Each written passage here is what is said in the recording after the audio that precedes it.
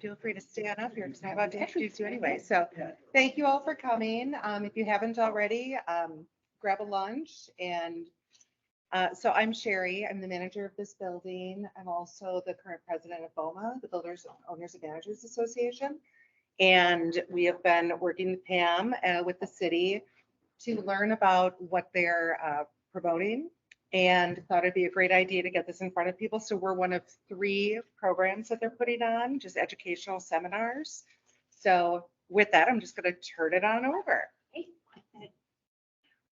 And thank you. Thanks so much, Sherry, and for Carolyn for having us here. This beautiful space, really convenient to us, obviously, for a city hall. And I'm going to definitely be checking out that cafe that I did not know was here. So. Absolutely. Thank you. So my name is Pamela Ricker de la Rosa. I'm Environmental Sustainability Program Manager with the City of Milwaukee's Environmental Collaboration Office. I have 2 of my colleagues here, Trent Thurston and Alexis Laverdier, who are also in our office. We've left a lot of materials there in the back for you to learn more about different programs we have going on. And importantly, if you'd like to sign up for the ECO newsletter that goes out quarterly and the PACE newsletter, you can feel free to just check that off, and we'll be sure to get you on there so that we can kind of let as many people know as possible about the different programs that we are coming out with and resources that are available. So today I'll be talking about the Milwaukee Efficient Buildings Benchmarking Program, which is annual tracking and reporting of energy use in large commercial, multifamily, and public buildings. So how many people here are familiar with benchmarking or know what that term means? Oh, it's pretty good. Okay, great. So because it is kind of a wonky term, we wanted to just kind of go over what this actually means. So benchmarking energy use is a process to annually upload energy use, including electricity, gas, and steam bill information in this territory from the We Energies utility bills into the free Energy Star Portfolio Manager tool. ESPM is a valuable tool to track energy and spending on energy use over time, compare your building's energy use to other similar buildings, and then also to identify errors in utility bills. And I will mention that. Part of my job at the city is to benchmark the energy use in all of our 106 city buildings. And so when I got in this position 2 years ago, my first job was to look at why it was showing that our reductions across our entire city building portfolio were showing 0, when in previous years it had shown like a 7% reduction, 8% reduction. My boss said, okay, what is going on here? Can you figure this out? It took me a while, but thanks to Energy Star Portfolio Manager, I could visually see the chart of energy use by the different type of energy, so electricity, gas, steam, across our different buildings, and found that at about 10 of our Department of Public Works buildings, there was a huge error in our natural gas bills, a huge spike in the natural gas usage. And so those errors at those 10 buildings canceled all of our reductions across our portfolio. So I just tell that story as a way to just really say this is really a valuable tool, again, to catch errors like that, but to also, just track your energy use over time. And ideally start to look for ways to reduce that money that you're spending every month on your utility bills. So currently around 20% of buildings in Milwaukee already benchmark their energy use because they find it to be helpful and useful with the management of buildings. And studies show that commercial buildings that benchmark typically use 2.4% less energy every year for the first 3 years, so about 7.2% over 3 years. But different cities and many jurisdictions have these types of policies in place. A lot of those cities report buildings using 10 to 14% less energy due to those benchmarking policies being in place. So in 2018, the city of Milwaukee, we undertook a greenhouse gas inventory to try to determine where all of the greenhouse gas emissions in our city were coming from. And that showed that about 76% of community greenhouse gas emissions come from the building sector. And of that building sector, about 25.5% of those emissions came specifically from commercial buildings. And this is pretty typical to other American cities. Accordingly, nationwide and worldwide, there's really a focus on reducing greenhouse gas emissions from the building sector, which will also save building owners a significant amount of money in their energy costs. And because of the importance of this policy, this was one of the big ideas in the city's climate and equity plan. A benchmarking policy is really a baseline policy that cities can pass to reduce greenhouse gas emissions and reduce energy use and save money. This policy was further recommended through the Green Buildings Work Group that was, that I chaired as part of the City County Task Force on Climate and Economic Equity. And some members of the task force are here, so thanks so much for coming. It was really a great opportunity, and we were really proud of our plan because we had great community engagement. We had 9 different work groups focused on different substantive topics, including green buildings. The first green buildings meeting I had, this was in the midst of COVID, early 2021. I had 40 people on a Zoom call. So that was really great to see the interest. And then, we divided that green buildings work group into 3 different groups, one focused on commercial buildings. And so this benchmarking policy was kind of the main thing coming out of those recommendations from those energy efficiency experts and other people involved in the commercial building sector. And so this, our entire City of Milwaukee Climate and Equity Plan this policy was adopted as one of the big ideas in the Climate and Equity Plan, with the goal of achieving 45% greenhouse gas emissions reductions by 2030, achieving net zero greenhouse gas emissions in Milwaukee by 2050, while creating hundreds and ideally even more than that, green jobs. So in terms of how this policy fits into how we hope to achieve our goals and will achieve our greenhouse gas emissions goals, this graph kind of shows the breakdown, and sorry if it's a little bit small, but it kind of shows a breakdown of how, ICLEI, a local, or it's a very well-known organization that helps local governments with their sustainability initiatives. This is how they really see that Milwaukee is going to reach our greenhouse gas emissions reductions. You can see a huge part of that is through a cleaner grid, which We Energy is working on right now, putting in more and more utility scale solar, eventually retiring coal plants and kind of cleaning up, having more renewables available through that grid is a big piece of how we hope to get there.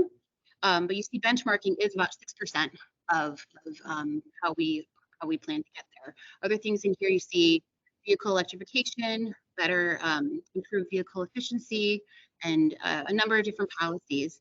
And I do have a link later on if people want to go in more depth into the climate and equity plan and kind of see all the work that was done there.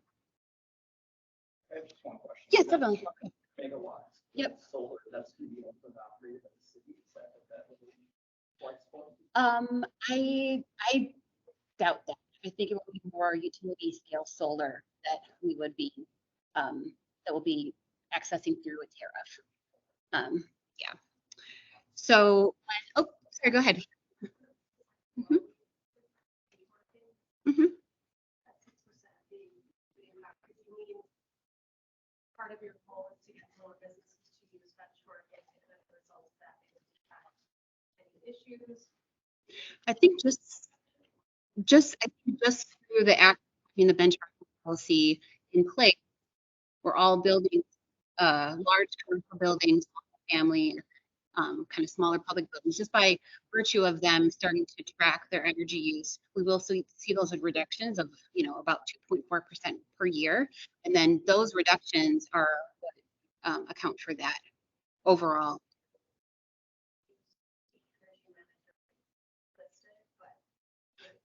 It is. It's. Mhm.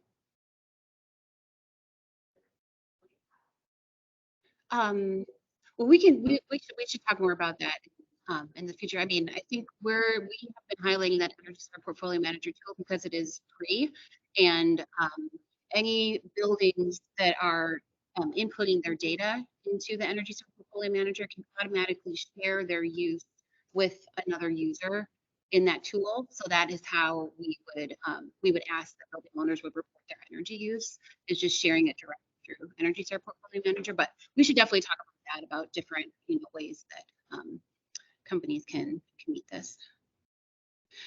So in passing this policy, Milwaukee will be joining dozens of cities and states nationwide. You can see, where the state is all filled in. That means that there's a benchmarking ordinance or benchmarking policy in place for the entire state. We see here in the Midwest, we have a number of cities that have these policies in place and that have had these policies in place for a long time. I believe Chicago's has been in place for at least 10 years, same as Minneapolis, Indianapolis, a lot of different, again, we'll be joining a lot of different cities. And Madison actually just passed their benchmarking their building energy savings program last January. And BOMA is working with them on how, on how buildings are complying with that and things like that. And we will do the same. So I also wanted to highlight kind of something that I'm actually proud of, that here in the greater Milwaukee region, we're actually ranked in the top 10 for mid-sized cities with the number of Energy Star certified buildings last year. And this metric is actually not only the city of Milwaukee, but it's the region. So it's the 4-county region: Milwaukee, Waukesha, Washington, and Ozaukee. And you can see kind of, we actually have the biggest emissions prevented. So 36,000 metric tons of CO2 saved, and then $7.9 million was really the projected savings from the fact that I believe it's around like 32 to 34 different Energy Star certified buildings here in the region. So I'm really proud of that. I think it kind of shows that there's interest in this. I think that kind of goes to the Midwest frugality, right? We don't want to be wasting energy. We don't want to be wasting money. So that was exciting. And hopefully with this policy, we'll have more and more buildings that are going to be moving towards that Energy Star certification. So the policy itself, in this, we're having these feedback sessions so that we can get your questions, we can get your feedback as we kind of finalize this policy. But right now, the buildings that would need to comply with this would need to benchmark their energy use every year would be public or government buildings that are 10,000 square feet and larger. So that would be city buildings, county buildings, schools, public schools, as well as different state and federal buildings as well. The city and the county, we already benchmark our energy use in all of our facilities, and then we would be, and this is something else that we're also debating, like how soon would we be kind of trying to close that information out to the public. We're not thinking to do it the first year, but probably wait a year or two and then would start sharing that information, with the public, so that people are aware of energy use in public buildings and as well as private. And so in terms of the private sector buildings, would be large commercial and multifamily buildings. So the plan is really to start with commercial buildings 50,000 square feet and larger.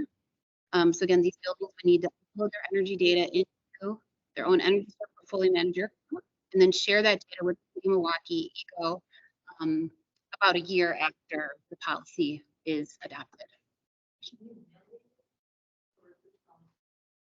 This would be mandated. Yep. And the city of Milwaukee, we have worked on voluntary basis. Prior to my time at the city, we had a Better Buildings Challenge in about 2017 or so. And at that point, there were a lot of buildings that were asked to benchmark their energy use, and we did have some kind of went in there, created their accounts. They're actually still sharing their energy use data with us, with the city through Energy Star. But I think overall, when you have a voluntary policy, you have about 10% compliance, whereas if you have mandatory, you have about 90% compliance. So, yeah. So in the city of Milwaukee, this would apply to then about 952 buildings, at least 77 of which are already benchmarking, but I think that number is actually low. That's information that I have of buildings that are kind of using the Energy Star Portfolio Manager tool. So why large buildings? So this graphic is maybe a little difficult. I'll try my best to explain. So across the bottom there, we have 15,000 square feet, 1520, The graphic on the left is showing like the number of buildings of those different sizes. And then this column on the right is actually showing the percentage of square footage by the different types of buildings. So, you know, by focusing on the larger buildings, we're capturing the vast majority of the square footage in the city of Milwaukee. And a lot of times we equate that square footage to greenhouse gas emissions reduction. So, you know, with this policy, as we're currently thinking about it, you know, if you just add that up, we'd be accounting for about 65% of the square footage in the city of Milwaukee. So for those who aren't familiar, don't already benchmark their buildings, we wanted to kind of just give an overview of kind of what this will mean doing this. So probably in year one, if you know, have never put your information into Energy Star or looked at it, you know, it could take several hours depending on your number of buildings as well for initial setup. This obviously depends on, you know, how organized your information in your particular building. If you know the square footage of the buildings that you need to benchmark and the different types of, you know, spaces in there, you might have a building that, you know, part of it is office, part of it is parking, this and that. You would enter all that data into the Energy Star Portfolio Manager. And then going into the future, you basically, the way that we do it at the city, and Trent knows this very well because he helped me with this year, you would then have to upload your energy bills for, you know, every meter in your building or in the different buildings that you own or manage.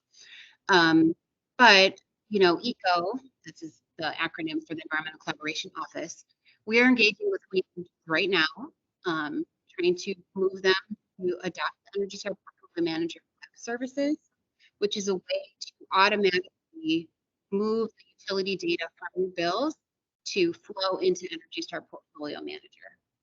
This is something that is available. This is something that dozens of utilities already do across the country. This is something that Xcel Energy and MGE in our state do. And in fact, I think it was just over the summer. So as I mentioned, the city of Madison, you know, passed their benchmarking policy last January. And I think just over this past summer, MGE announced that any commercial customers that want to have their data automatically transferred into Energy Star can elect to do that. So we're working with Energies. They do have a pilot currently in place that will help to facilitate that. So we're just kind of working through that. You know, there are some software and hardware changes that need to be made and things of that nature, but we are working to try to make it as easy as possible for building owners to comply. For our operator, it's easy enough for us to get data that far within our responsibility to come to our own. What level of conversations have been conducted around these spaces for, say, the building owner requests that anonymize full building premise level data through the utility satisfactoriness? We do have situations with leases where they're not obligated to get this information. If you put in compliance, you might have a bridge mandate that they give us that information to be able to comply. But we're trying to make this as easy as possible for ourselves and that could be one possibility of movement. New York State offers that service. New Jersey has that ability. We have that stuff. Or is that conversation? This program. That is part of the conversation. So Milwaukee, and actually the director of our environmental sustainability office, Eric Schomburger, is actually the chair of the Wisconsin Local Government Climate Coalition. And we have been working with all the 5 utility, industrial utilities in the state, particularly around this topic of sharing energy data. And so that's definitely talking about whole building aggregated data.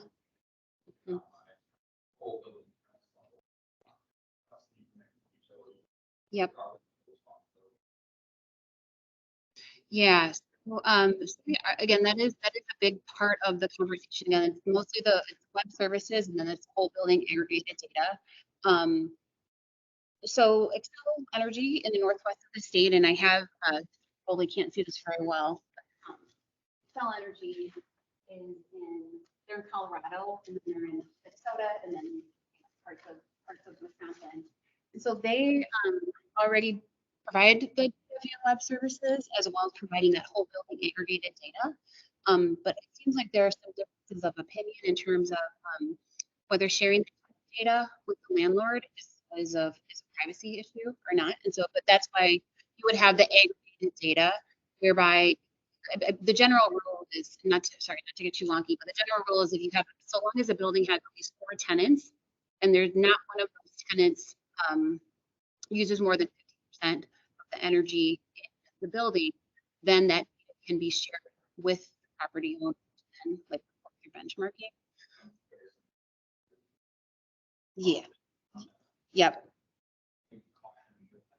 Mm-hmm. I respect. Mm-hmm. In some of those situations, if that's going to be activated or if it's further than we get some of those triggers, Mm-hmm. just as before, because if I have to go there, there's no one to sign off. Mm-hmm. You know, they may be doing less than years. Mm-hmm. I'm still in that same position of asking, basically. So I put that out there. Contemplate it. Mm-hmm. Mm-hmm. Honestly, you know, we can't impact improvements of buildings without the data. Right. So at some obviously barriers not to fall. Yeah. Yeah. No, well, yeah. No, thank you. No, well, yeah, we'll talk more. We can talk more about that afterwards.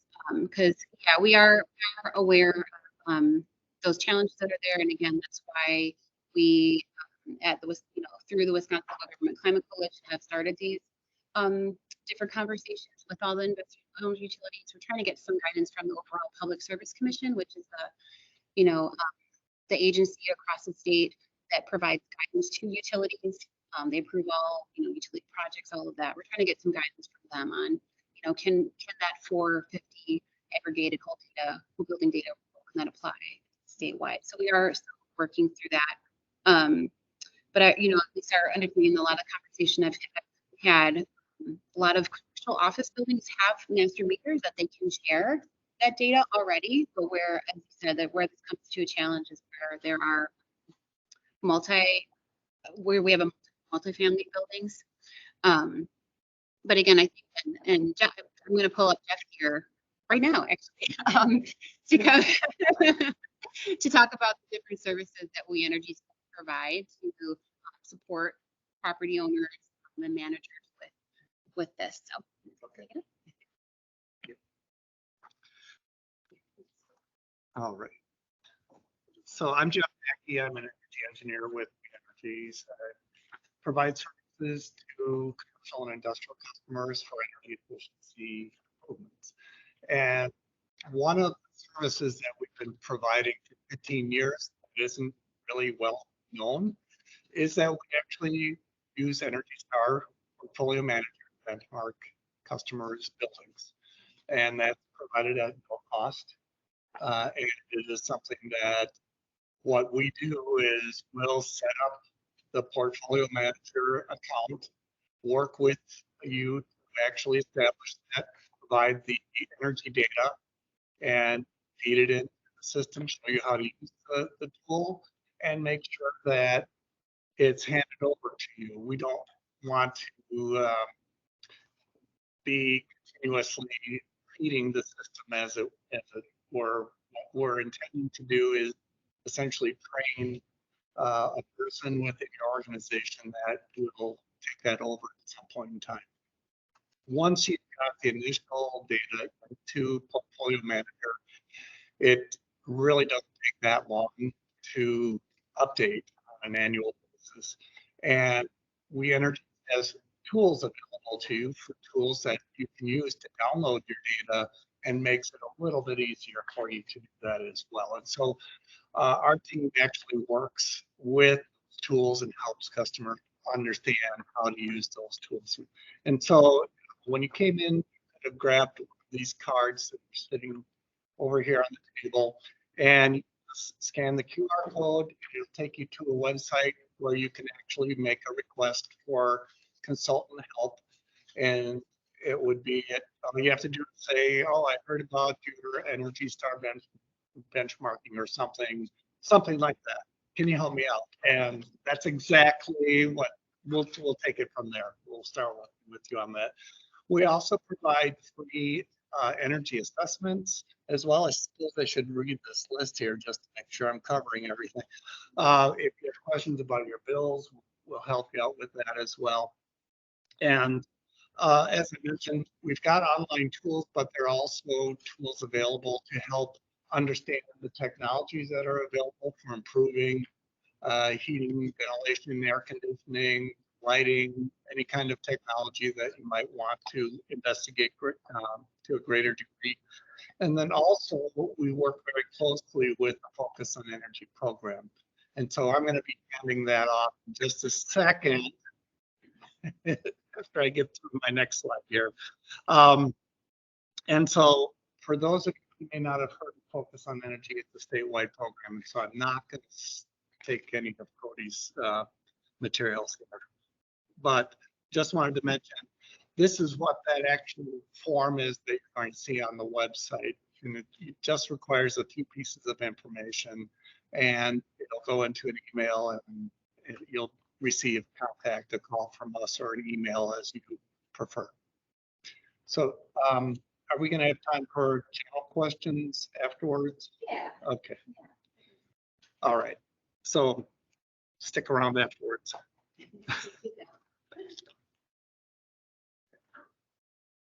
Hi there. My name is Cody Kraus. I'm with Focus on Energy. We're the statewide utility rebate program. For clarity, I call rebates incentives, but they're the same thing. Get the money after the project's done in the form of a check sent to the organization that owns the property. The point of Focus on Energy is to reduce greenhouse emissions by reducing the amount of energy used. And we include financial incentives as our number one thing, but also we do is what we also do is provide energy assessments. So much like Jeff, I go around all of Southeast Wisconsin and walk through buildings and identify energy savings opportunities in those buildings on a commercial level. So I'm the commercial energy advisor. There's also a family energy advisor, an industrial energy advisor, and a schools and government building energy advisor. So yeah, Focus on Energy, like I said, statewide program. We work with all the utilities, including We Energies. And as I mentioned, I would recommend working with an energy advisor. I'm the one for commercial for Southeast Wisconsin, Milwaukee area. We can come out, walk through the building with you, look at your equipment. It's mostly going to be lighting and HVAC. We'll start out with to see if you have LED lights and energy efficient HVAC equipment. We can also look at other things such as building envelope if it makes sense, but mainly lighting and HVAC. And one of the offerings that we're offering right now is called Practical Energy Management, whereas if you benchmark your energy usage in the Energy Star Portfolio Manager, as mentioned, then you can sign up to get $200 a month for entering your data up to 6 months. So the way to do this is contact me. My business cards are there. You can grab one on the way out, and we can have a conversation about your energy use. And there are a few things to note. First of all, if you already are benchmarking, then you're eligible for the incentive. This is usually for people who haven't benchmarked that are going to be benchmarking. Also, the building needs to have a $15,000 utility spend per year. So this is combined gas and electric. It seems like a lot, but it actually isn't that much. And so that's part of our practical energy management program. We can also pay for members of your organization to go to energy related trainings. And we can also help fund media and PR opportunities if you have reduced your energy usage by benchmarking. And the idea of our practical energy management offering is for someone in your organization to get in front of the energy bills and process how much energy is being used.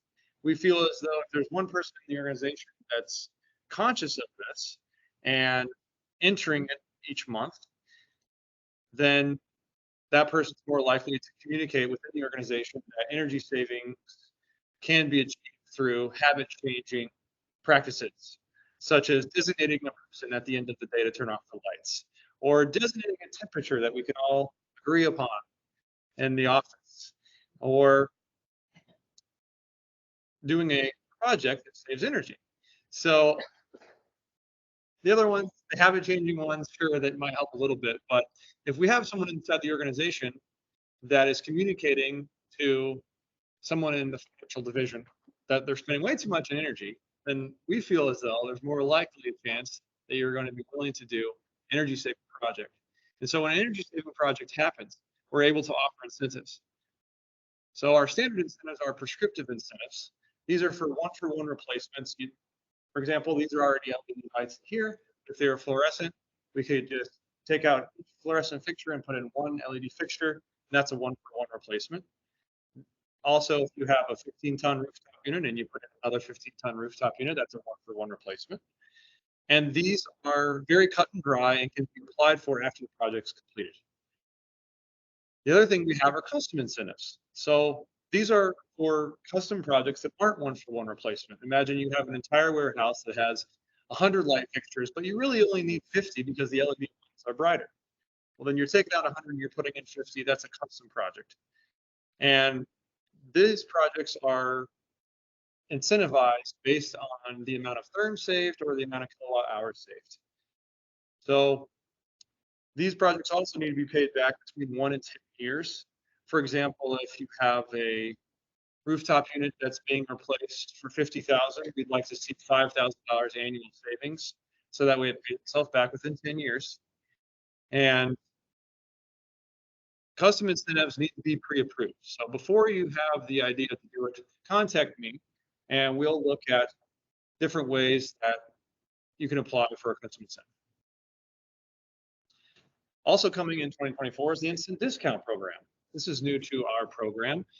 This is if you're going to buy one of these items here: commercial kitchen, electric heat pump, tankless water heater, kitchen hoods. These are discounts that are applied at the point of sale by the distributor. So this isn't a rebate because you're getting the money discounted up front, but it is still in the works. And if you feel like you're going to buy one of these pieces of equipment in the next few months, please contact me and I'll make sure that you get your discount. What if we already bought? Too late. Sorry. The question was, what if you already bought it? And I answered too late. Sorry. The other thing that we have going on is the Nonprofit Efficiency Accelerator. So this is for 501c3s in Wisconsin. We are targeting this sector because we feel as though nonprofits invest their funds back into the people and to the cause of their organization. And rarely do we see nonprofits invest in their facilities because the money can go to a better cause. So we are right now until the end of 2024 or until the funding runs out, we are offering significant funding for energy efficient projects for nonprofits. This is across the state of Wisconsin. And within my role, I've seen quite a few churches, synagogues, and other nonprofits in the city, in the suburbs, that are taking advantage of this. Even buildings that have been recently built, I'll give you an example. The Hunger Task Force has a nice building that used to be in the Walmart distribution center in West Dallas area. And they have recently put in all new LED lights. Well, I called them and I said, "You're a great nonprofit for the city. Can I come out and do an energy assessment?" "Sure, but everything's already LED, everything's already efficient." Well, I said, "Why don't I just come out and check?" So I came out and realized that the entire warehouse runs all their lights from 6 a.m. to 8 p.m. and that's on throughout the whole warehouse. And there's only 2 forklifts that randomly get things out of certain parts of the warehouse. I've said, "Have you ever considered occupancy sensors?" And they said no. So they got bid for $20,000 to put all new occupancy sensors in. And because we calculated that the annual savings is pretty darn good, then we were able to 75% of their project costs paid for. And so now when you go into their warehouse, it's all dark, except if the forklift drives down the aisle, then it lights up as needed. So they went with a request for proposal route here, which provides 15 times your annual energy savings, up to 75% of the project costs, up to $100,000 per project. There's also the donation match, which is common with congregations, in which you were to show that you're improving your energy and that we're going to be able to match whatever donations that you get in a 3-month period. So if you have a nonprofit in mind that's looking to do energy savings opportunities, let me know. I have a question for you. Sure. A nonprofit that is in the midst of doing a new bill currently, for example, Mm-hmm. would there be any opportunity to tap into any of that for some of the specifications? No, this program is aimed at retrofit only. This program for nonprofit also does not include solar projects and does not include retro commissioning projects. There you go. There are incentives for thank you, Jeff. There are incentives for new construction, standard and custom incentives. The standard incentives are based on how many LED light fixtures you install or what the efficiency of the HVAC is that you install, or you can do custom projects through our energy design program. And this is during the design process of a new construction building, where they look at how well you code and give an incentive based on the energy performance over Wisconsin building code. Okay. So, yeah. Part of the incentives is based on assumptions, say, is there any projects that the boards look at demand reduction instead of just pure KWD? Yeah, the custom project does slightly incentivize demand reduction, but it's a small percentage. That's why I usually don't mention it until we get about a specific project. But yeah, that would fall under custom project. It's there, but not as much. Does that answer you? Okay. Okay.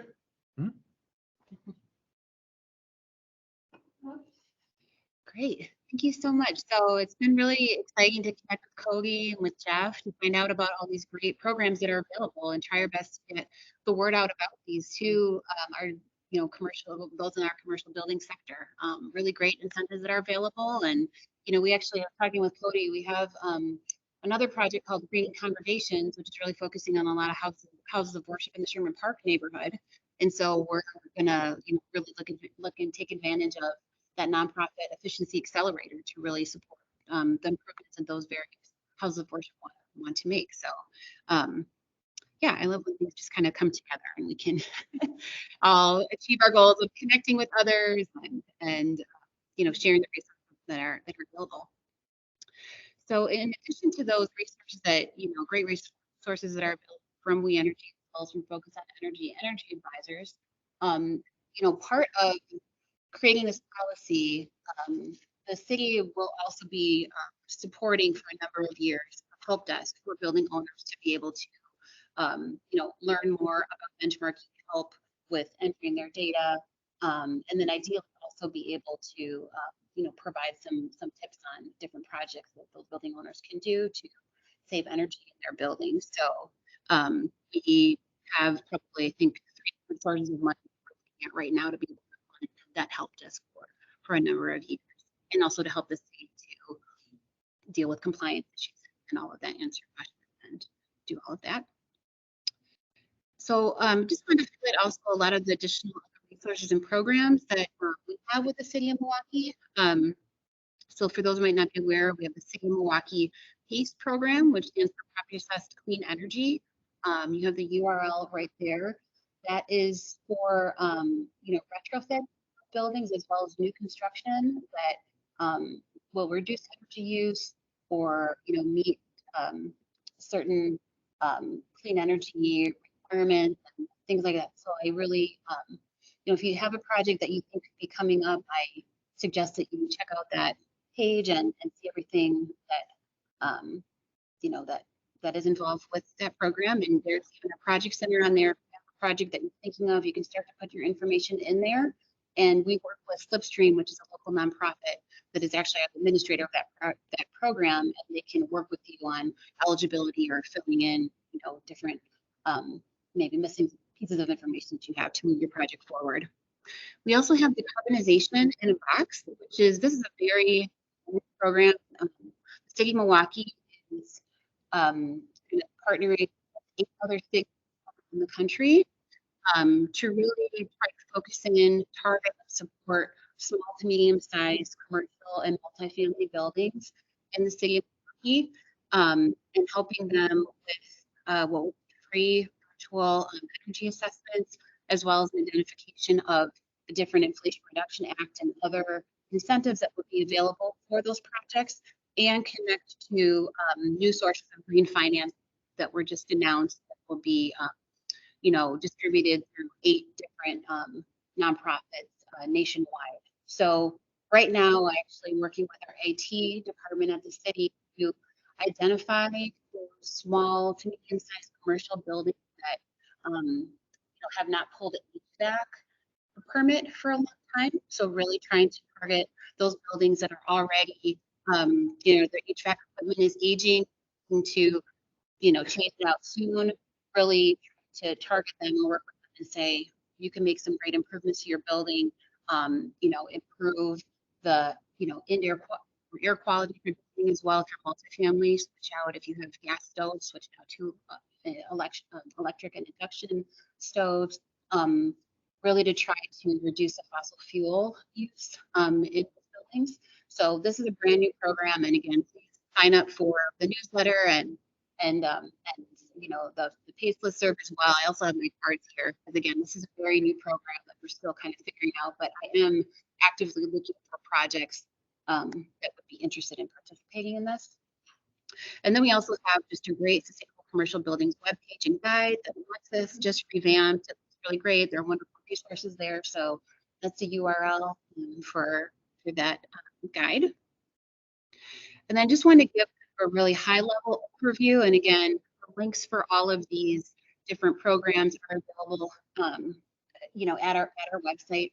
But there are a number of different Inflation Reduction Act incentives that are available for commercial buildings. So 179D deduction for owners of commercial and multifamily buildings over 3 stories. This is for new building retrofit projects that reduce energy use by at least 25%. There's also the 45L energy efficient homes tax credit for owners of multifamily buildings where their standards have that Energy Star or Net Zero Ready standards. And there's home energy performance-based whole house or homes rebate program. This is, I think a lot of people think of this in terms of for single family homes or and things like that. They're going to be putting in, you know, heat pumps or, you know, additional new equipment. But there are opportunities through that program for owners of multifamily buildings where the modeled energy savings will reduce energy use 20 to 35%. For affordable housing, up to 80% of the cost of energy efficiency improvements can't be covered. So there's really a focus in these programs to try to get the buildings where we have, you know, more lower income residents living, get those improvements made to those buildings so that they can pay less on their utility bills every month.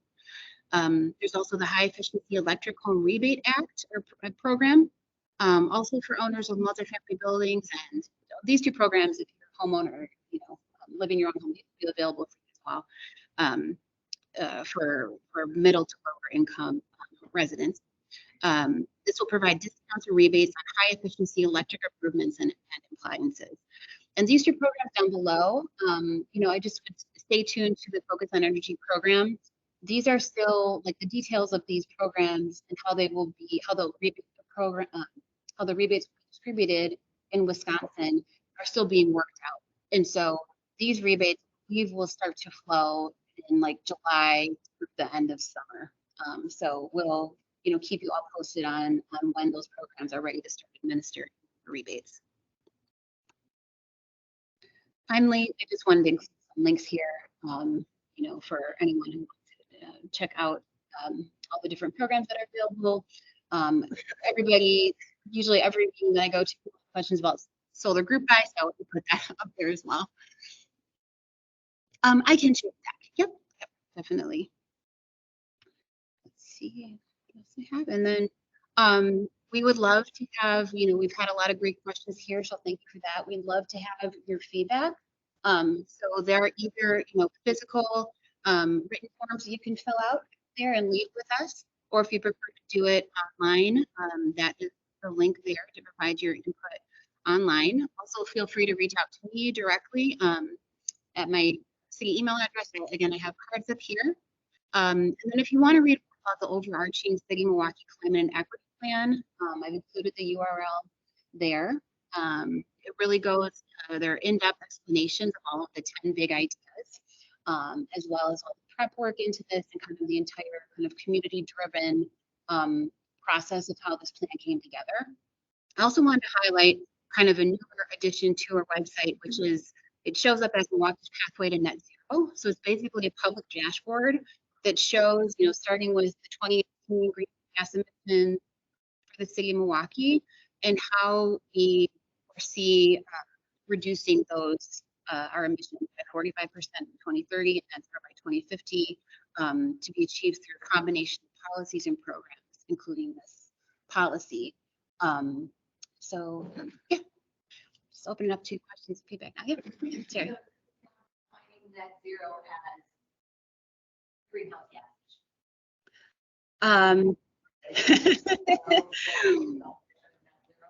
Yeah, I'll have to get back to you on that exact. I think the idea is, what a lot of your energy use is being, renewable. So you're not emitting a lot of greenhouse gas emission, but we will have to clarify that as we get closer to that goal.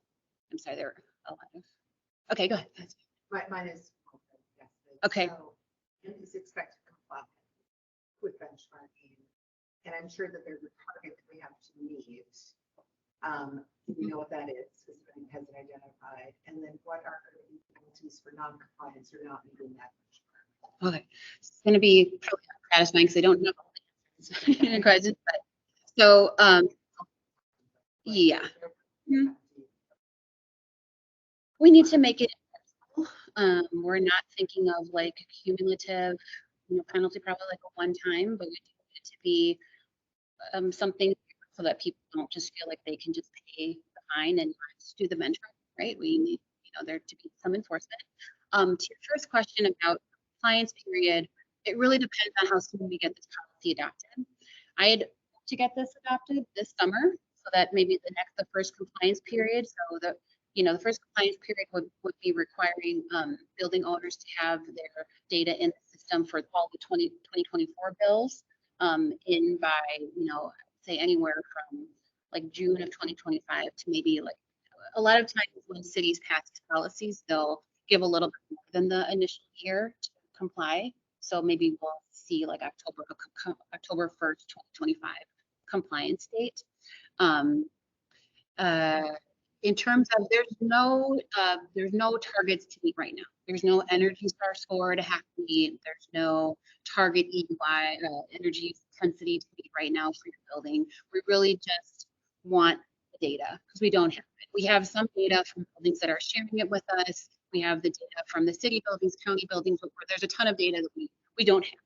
And so that's what this is really the first step in trying to understand what is that energy used for different sizes and types of buildings in our city.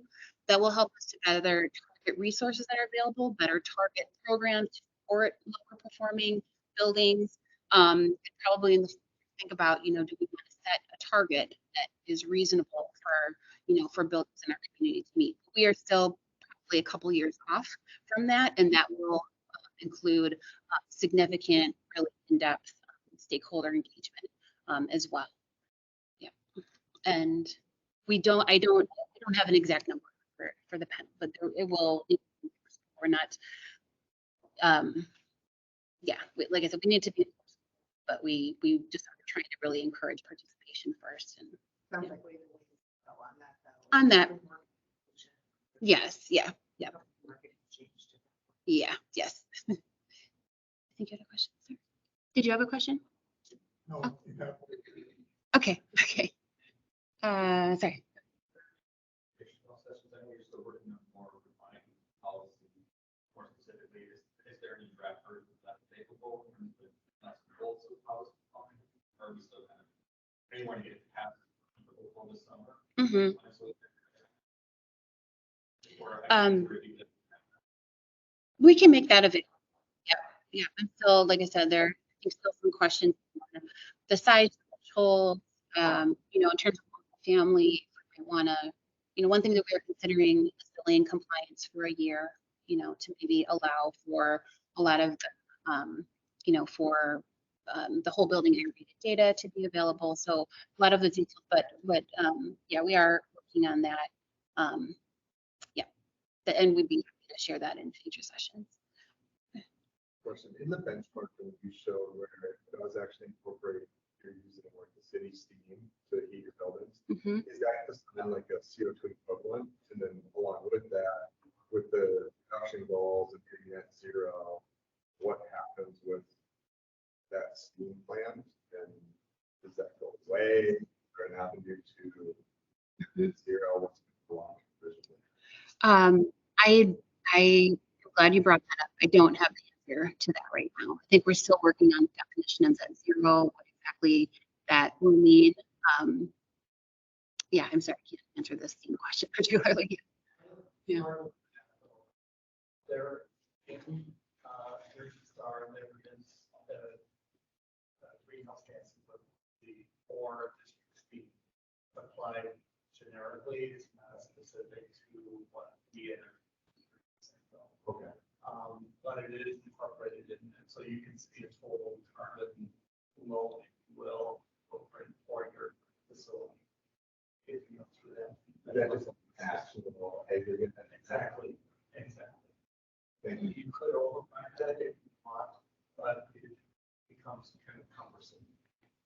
So we recommend not trying to push that the way they have it. Thank you. Okay. That's the point.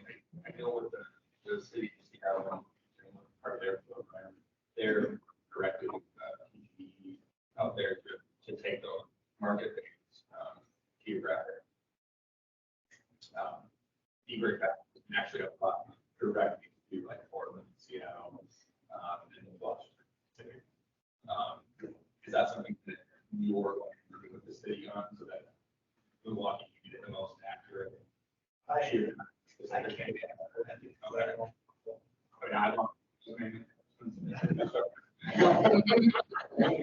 was to that point, anyway, could be 20% plus or minus in the direction. Currently, the Energy Star fully manager gets as close as the individual generation patient, if you know what that is. But if you just use their normal approach, it's going to be so. So it's going to be looking at it from the Midwest perspective. So it's, and we're kind of getting into the weeds here. I know.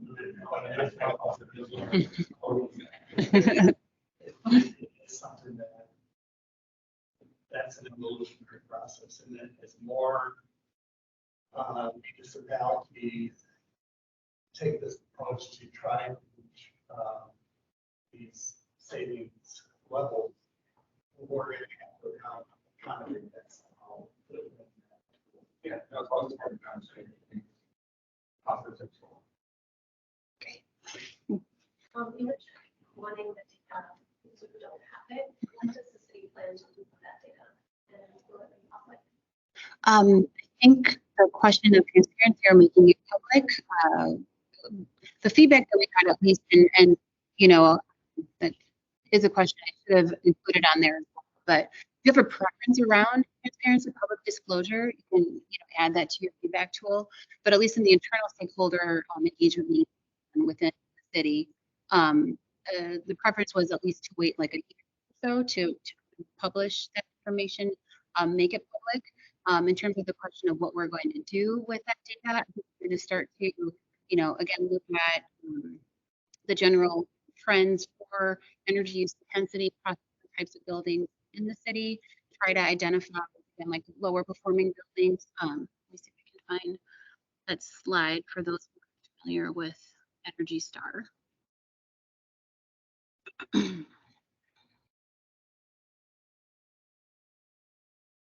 Okay, so I know this is kind of hard to see, but this number up here, you can put different, you can, have it showing you different types of metrics you could want. But for weather normalized source energy intensity, which is the energy used by the building per square footage, Energy Star will show you, where your building is at, depending on your baseline. The city's baseline is 2009 data. So this is Central Library. We're doing a little bit right? But it kind of will show you, this percentage shows you for buildings across the country, at least the ones that are in Energy Star, how your building is performing compared to other buildings. And I think that's very helpful information. I purposely chose Central Library because it's doing to show you the garages that are like 100% more use than so, I think just trying to I think just having that information is helpful for buildings to kind of have a sense of, where we're building at. But then these are factors that we'll use to think about targets for an office building, again, and this is like years into the future if we want to set building performance standards here in the city. We'll have to look at what is the current empirical data, what are our, buildings using depending on their age and on, usage of the building size, to try to figure out what is a reasonable target that we can to try to get buildings to.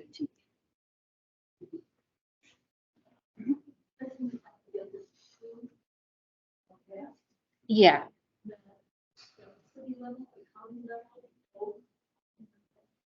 The city. This would be a city ordinance.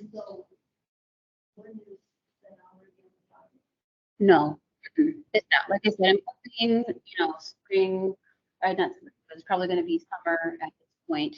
We have started outreach to our council members. We have a number, our city Milwaukee Climate Equity Plan was nearly unanimously adopted. And this was a policy that was in there. So we are hopeful that we, our common council members will be, supportive of this, but we are starting that with them, getting specific numbers, types of the numbers of in their particular districts that would need to comply, and the different support programs that we have available as well as, in terms of, we're, again, I don't have a penalty because we're not really focusing on that right now, but there will obviously be, exemption and for buildings that are in financial distress or where, there's really low, or there's really high vacancy, things like that. We will have those types of exemption. They're not looking to penalize buildings that are, facing financial distress. The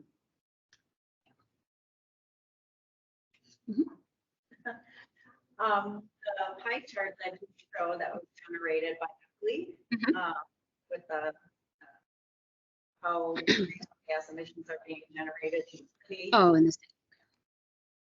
Yep. Yeah. Oh, wait a minute.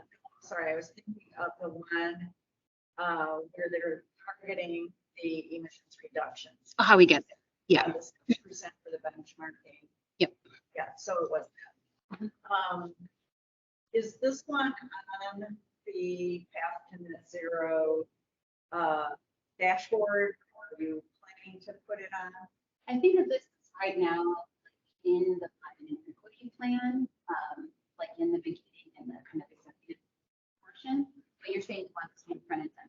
Okay. Yes. We could do that. Linda is a member of our accountability board for the climate and equity plan. We meet twice a year just to, ensure that the climate equity plan is forward. They really help through the Milwaukee Coalition. It's really helping to get the word out about the city is doing, how people can participate in the programs that are available. So thanks so much. And one thing that we're trying to do is, how do we best show what is happening in the city? It's a challenge, right? We feel like we're so busy, it's insane, but that's not all always being communicated to the public. So we're finding the best ways to kind of show what programs are moving forward, what programs are available, the progress that the city is making over time. So, yeah, thanks. And Yes, sorry. so, you know, once you want to see that form, obviously you can do the online version, but if you're here, it's easier, you want to fill it out, even if you ask it verbally, if you could just note. So we also have it in writing. I'm taking notes on that. But you can fill this out and then we move it on the back table, we'll collect it and we'll summarize all your points while we review. Thank you. And again, there's pen, I'm not able to don't have one. Great. Well, thank you so much. Really appreciate your time and attention and being here and your questions and feedback. And then you know where to find me. You know where to find our. So, you know, looking forward to more great conversations like this. And please continue to spread the word. We did our best to get the word out and trying to, you know, get as much robust conversation and questions and things like that. So please, if you can help us to share the information that you have about these community conversations, I appreciate that. And feel free to come to more. Next week is going to be at Johnson Control Innovation Center. If you want to check it out, that should be kind of a fun event. Same content.